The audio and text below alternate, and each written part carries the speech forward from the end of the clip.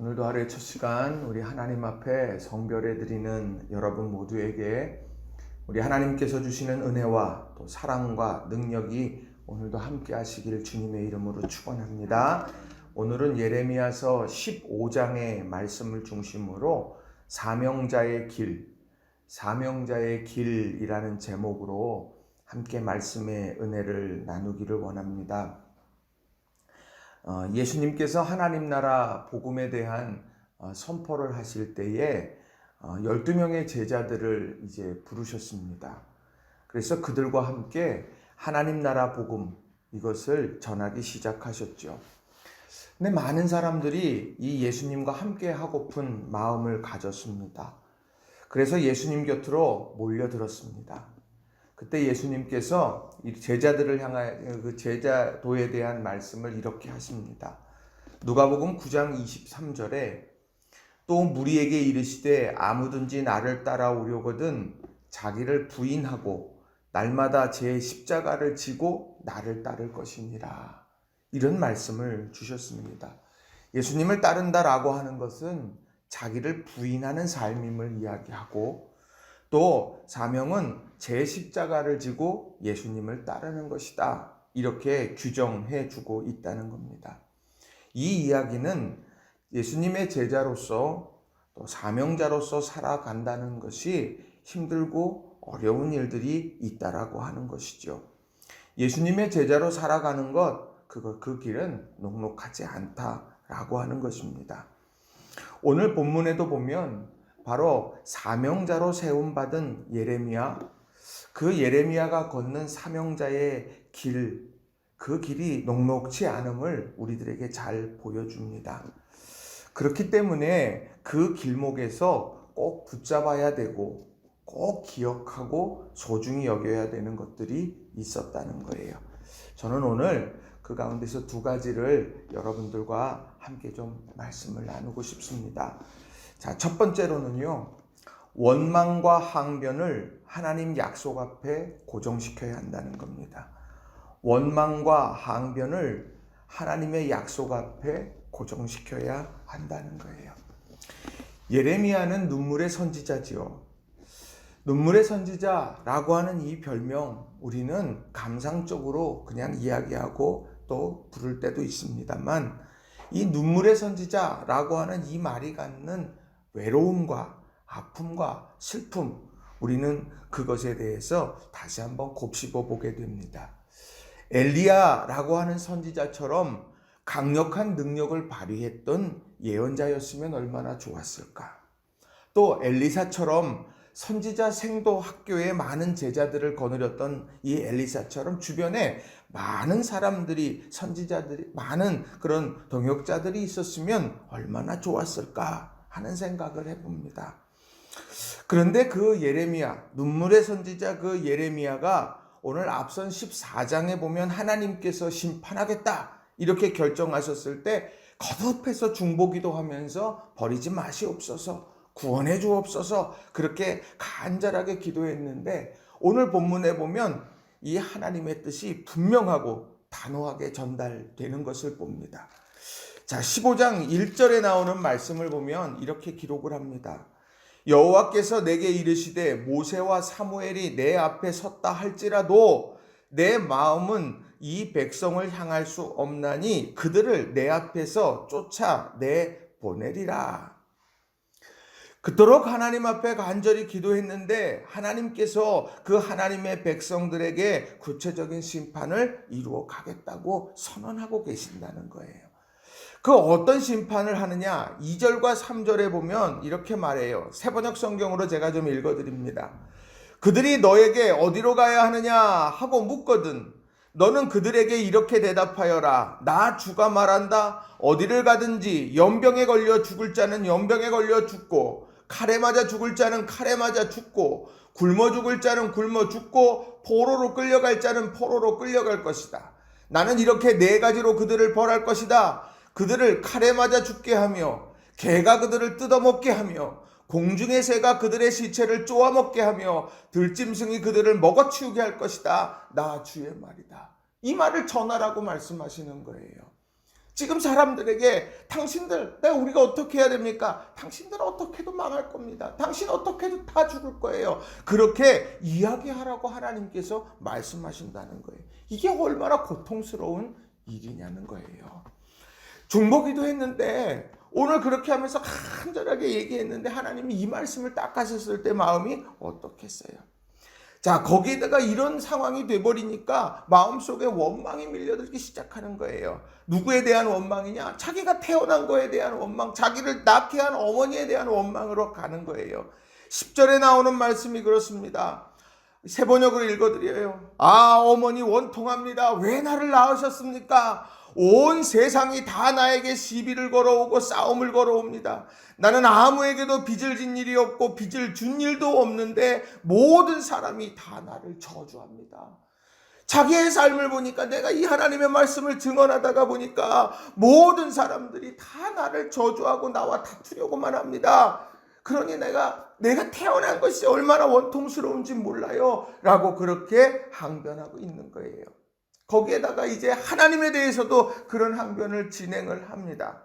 15장에 보면 하나님이 사명자로 세우신 다음에 하나님께서 약속하셨던 말씀들이 있습니다. 내가 너를 굳게 할 거고 내가 너를 붙잡을 거다. 자, 11절에 보면 하나님이 하셨던 약속이에요. 여호와께서 이르시되 내가 진실로 너를 강하게 할 것이요 너에게 복을 받게 할 것이며 내가 진실로 내 원수로 재앙과 환난의 때에 내게 간구하게 하리라.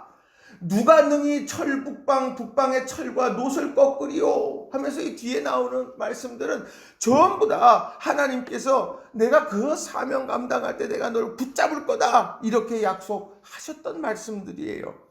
그런데요, 그가 이 사명을 감당하면서 눈물이 흐르고 아픔이 흐르고 고통이 있어요. 18절에 나오는 말씀을 보면 그가 이렇게 말합니다. 나의 고통이 계속하며 상처가 중하여 낫지 아니함은 어찌 됨이니이까? 주께서는 내게 대하여 물이 말라서 속이는 시내 같으리이까? 속이는 시내라고 표현을 합니다. 하나님 약속하셨지 않습니까? 근데 그 약속의 내용들이 지금 내 사명의 길에서 보이지 않는 것 같아요.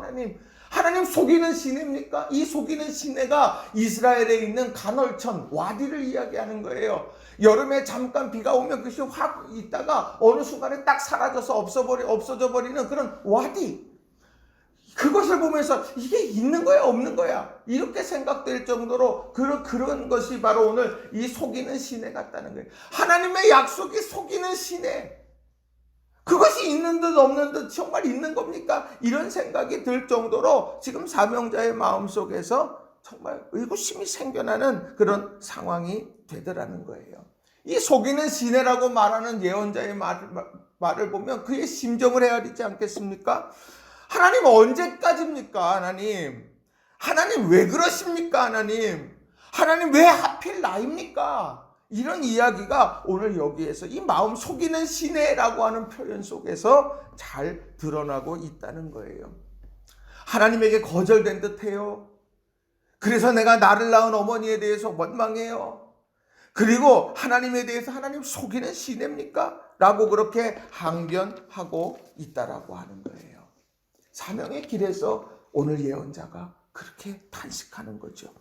그런데 그러한 원망과 탄식, 그것을 듣고 나서 하나님께서는 예레미야에게 뭐라고 말씀하시느냐? 하나님께서 그에게 단호한 말씀을 주십니다. 19절과 20절에 나오는 말씀이 바로 그에 대한 대답이었어요. 제가 새 번역으로 읽어드립니다. 나 주가 말한다. 내가 돌아오면 내가 너를 다시 맞아들여 나를 섬기게 하겠다.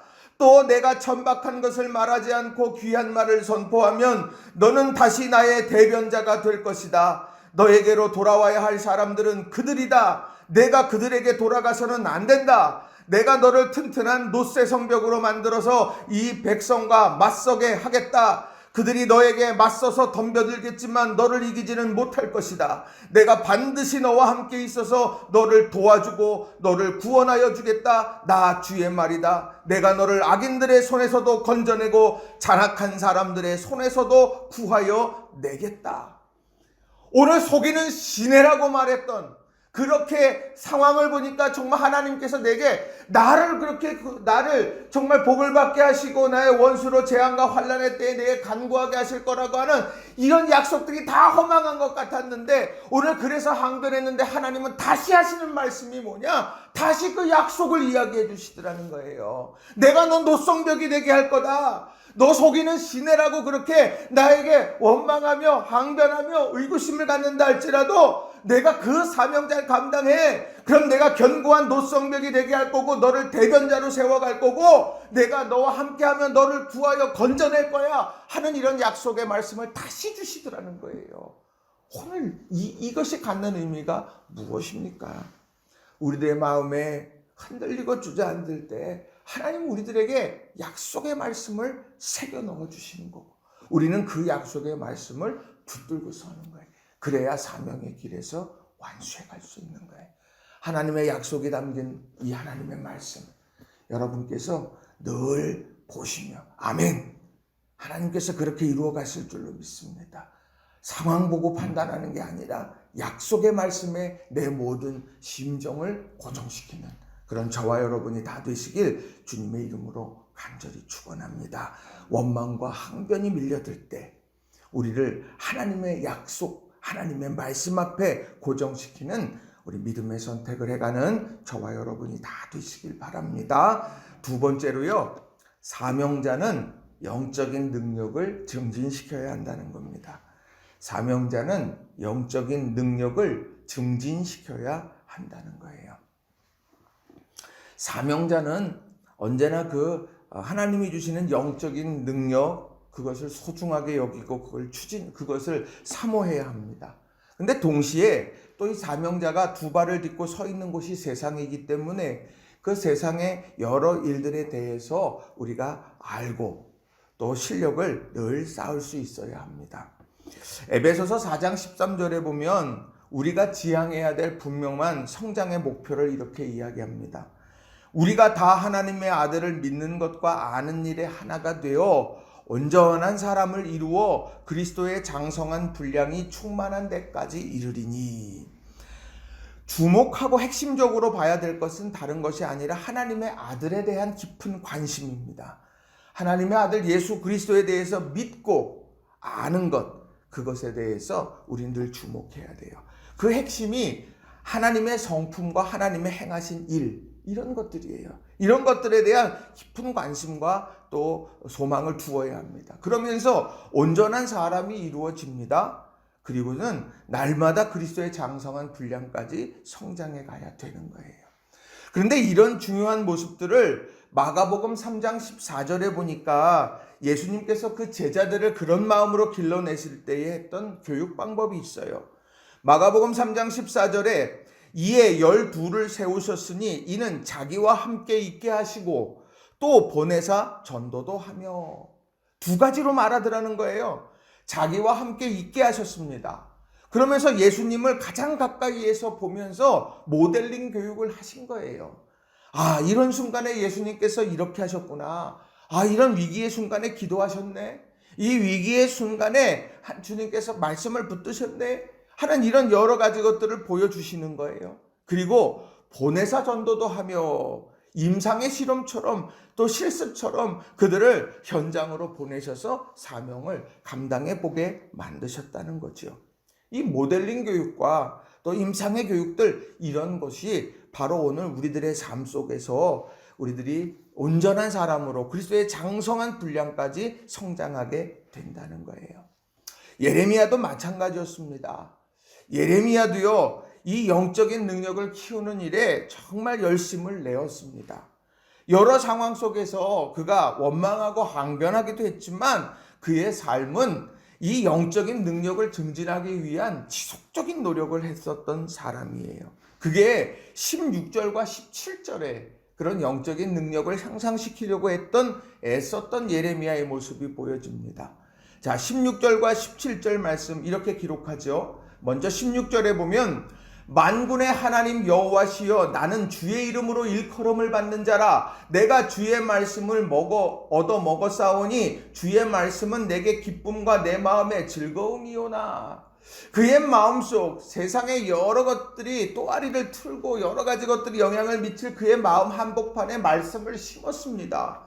나는 주의 이름으로 일컬음을 받는 자입니다. 난 주님의 사람이라고 사람들이 이야기해요. 그렇다면 내 마음에 채워야 될 것은 말씀인 줄 내가 압니다. 그 말씀이 내게 기쁨이 되고 그것이 내 마음의 즐거움이 됩니다. 나는 말씀의 사람이 되겠습니다. 말씀을 읽어요. 17절에는 어떻습니까? 내가 기뻐하는 자의 모임 가운데 앉지 아니하며 즐거워하지도 아니하고 주의 손에 붙들려 홀로 앉아 싸우니 이는 주께서 분노로 내게 채우셨음이니이다. 내가 기뻐하는 자들의 모임에 앉지 않는다는 건 뭐냐? 세상에 즐거움이 있는 그런 자리에 자꾸 가지 않는다는 이야기예요. 뭐냐면 나는 주의 손에 붙들려 홀로 앉았다. 이 얘기는 내가 주님과의 독대의 시간을 가졌다. 내가 세상에서는 외로움을 선택하지만 내가 하나님 앞에 친밀함으로 내가 나아간다 라고 하는 것을 이야기합니다. 사람들 세상과 만나 수다하는 것보다 영적인 고독, 이것을 통해서 하나님께 더 나아가게 됐다는 거예요. 혼자만의 시간을 가졌다는 거죠. 세상은 혼자만의 시간이지만 그러나 하나님과의 독대의 시간이 됐다라고 하는 거예요. 오늘 믿음 안에서 이런 아름다운 교제를 위해서 힘썼던 사람이 예레미야입니다. 말씀과 주님과의 아름다운 교제. 이것이 바로 영적인 능력을 증진시켰던 예레미야의 모습이라는 거예요. 말씀을 준비하면서 제가 한 목사님이 이 본문을 가지고 설교하시는 것을 이렇게 쭉 들었어요. 근데 거기에서 이 본문에 대해서 외로움에 대한 이야기를 하면서 이어령 선생님에 대한 얘기를 하더라고요. 뭐라고 말하냐? 이어령 선생님이 평생 저녁 약속을 안 했답니다. 왜냐하면 저녁 시간에 항상 학문에 정진했다는 거예요. 그래서 시대를 대표하는 석학이 되어졌다. 이런 예를 드시더라고요. 또 야구선수 추신수 여러분 아실 거예요. 근데 이 사람은 새벽 5시만 되면 열심히 타격 훈련을 했답니다. 그것도 15년 동안. 다른 사람들이 5시에 나오는 것이 아니라 다른 사람들은 훨씬 뒤에 나오는데 먼저 나와서 그렇게 열심히 했어. 감독이 왜 이렇게까지 하느냐 이야기했다는 거예요. 근데 그 사람이 결국에는 아시아 최초의 홈런 200개를 달성하는 사람이 되더라는 거죠. 홀로 씨름할 때 영성은 지켜낼 수 있다라고 하는 거예요.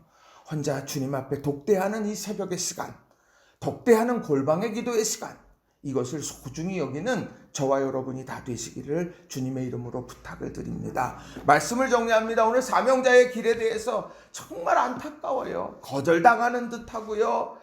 또 거절당하게 되고 또 그러면서 자기의 출생에 대해서 원망하고 하나님에 대해서 항변하기도 했던 이런 선지자, 예언자, 사명자의 이 마음을 헤아려 보면서 오늘 우리가 과연 어떻게 우리들이 이런 사명자의 길에서 승리할까? 우리가 함께 말씀으로 살펴봤어요. 우리들은 언제나 하나님의 약속을 굳게 붙들어야 됩니다. 원망과 항변이 일어날 수 있는 상황 속에서 약속의 말씀을 붙들고 그리고 한결같이 영적인 능력을 향상시킬 수 있도록 우리가 말씀의 사람이 되고 그리고 하나님과의 친밀한 교제를 소중히 여길 수 있어야 한다는 거예요. 이런 모습으로 믿음 안에서 승리하고 온전하게 사명 감당해가는 저와 여러분이 되기를 주님의 이름으로 간절히 축원합니다. 기도하겠습니다.